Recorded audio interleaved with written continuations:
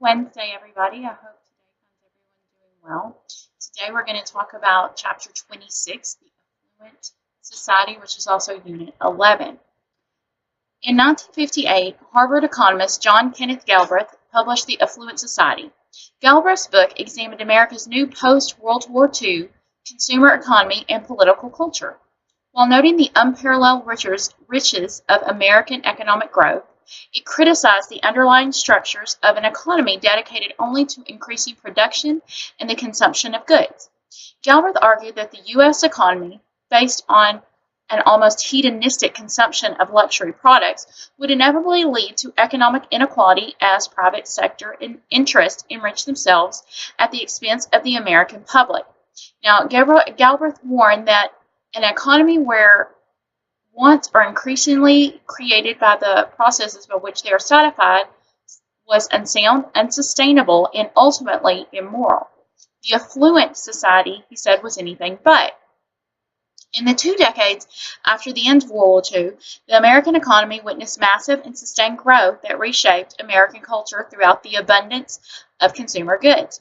Standards of living across all income levels climbed up to unparalleled heights, and economic inequality plummeted. And yet, as Galbraith noted, the affluent society had fundamental flaws. The new consumer economy that lifted millions of Americans into its burgeoning middle class also reproduced existing inequalities. Women struggled to claim equal rights as full participants in American society. The poor struggled to win access to good schools, good health care, and good jobs. The same suburbs that gave middle-class Americans new space left cities withering in spirals of poverty and crime. The Jim Crow South tenaciously defended segregation, and Black Americans and other minorities suffered discrimination all across the country. The contradictions of the affluent society defined the decade. Unrivaled prosperity alongside persistent poverty, expanded opportunity alongside entrenched discrimination, and new liberating lifestyles alongside a stifling conformity. Now, the suburbs. The affluent society will see new homes being built in suburban dwellings. In the height of the Great Depression in 1932, 250,000 households had lost their property to foreclosure. And a year later, half of all U.S. mortgages were in default. Now, the Federal Housing Administration, which was a New Deal organization, increased access to home ownership by ensuring mortgages and protecting lenders from financial loss in the event of a default. The Servicemen's Readjustment Act, which is also popularly known as the GI Bill, passed in 1944, and what that did was lowered interest home rates, loans, a stipend to attend college, loans to start businesses, and unemployment benefits. The rapid growth of home ownership and the rise of suburban communities helped drive the post-war economic boom.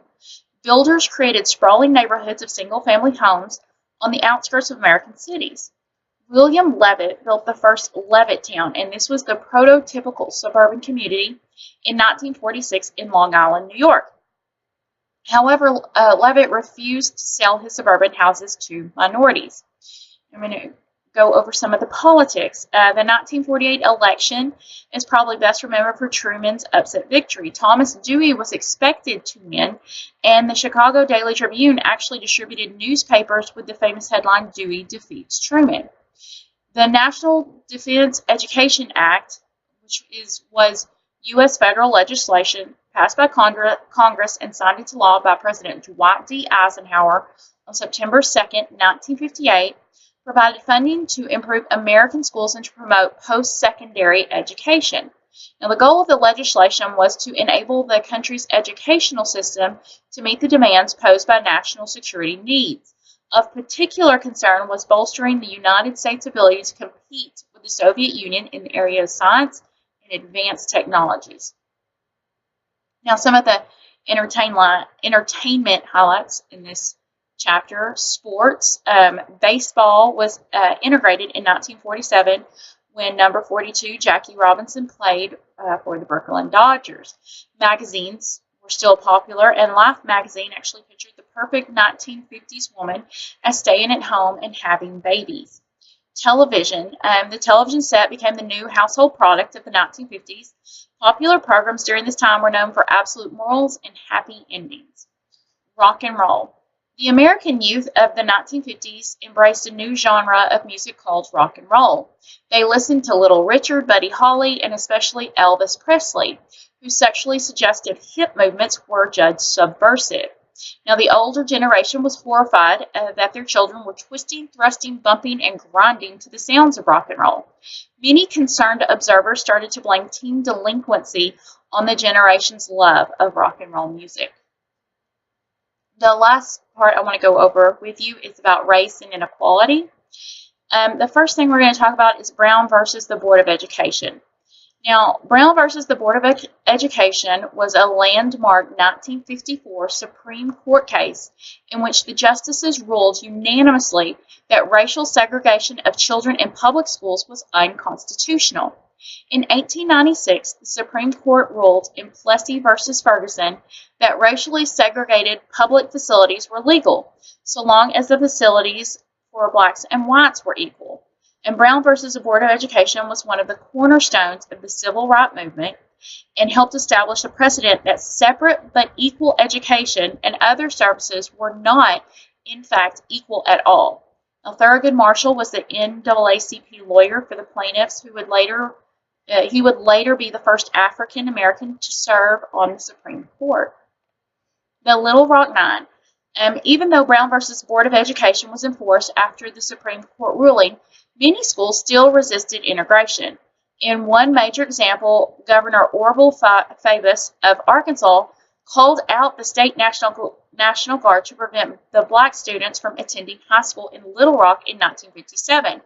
After a tense standoff, President Eisenhower deployed federal troops, and 9 students, known as the Little Rock Nine, were able to enter Central High School under armed guard for their own protection. Now we're going to talk about the Montgomery Bus Boycott. In 1955, African Americans were still required by Montgomery, Alabama City Ordinance to sit in the back half of the city buses and to yield their seats to white riders if the front half of the bus reserved for whites was full. On December 1st, 1955, African American seamstress Rosa Parks was commuting home on Montgomery's Cleveland Avenue bus from her job at a local department store.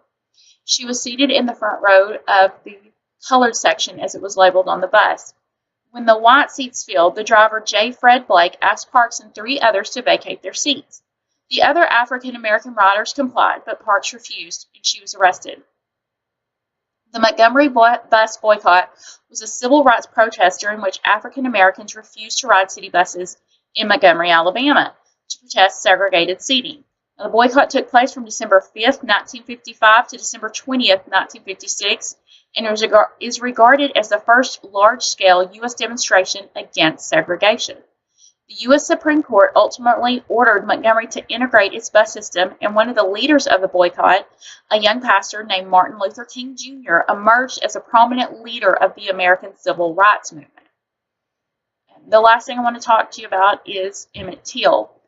Emmett Till was a 14-year-old boy from Chicago, and he had attended a segregated elementary school in Chicago, but he was not prepared for the level of segregation he encountered in Mississippi. His mother warned him to take care because of his race, but Emmett was known for enjoying pulling pranks.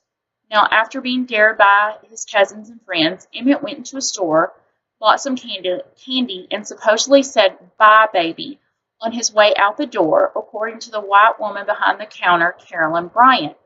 The woman's husband and her brother kidnapped Emmett from his uncle's house, made him carry a 75-pound cotton gin fan to the bank of the Tallahatchie River, and ordered him to take off his clothes. The 2 men then beat him nearly to death, gouged out his eye, shot him in the head, and then threw his body, tied to the cotton gin fan with barbed wire, into the river. 3 days later, his body was recovered, but was so disfigured that his uncle could only identify him by an initialed ring. Authorities wanted to bury the body quickly, but Emmett's mother, Mamie Bradley, requested it be sent back to Chicago. After seeing her son's mutilated remains, she decided to have an open casket funeral so that all the world could see what racist murderers had done to her only son. Emmett Till's story then began being publicized by the media.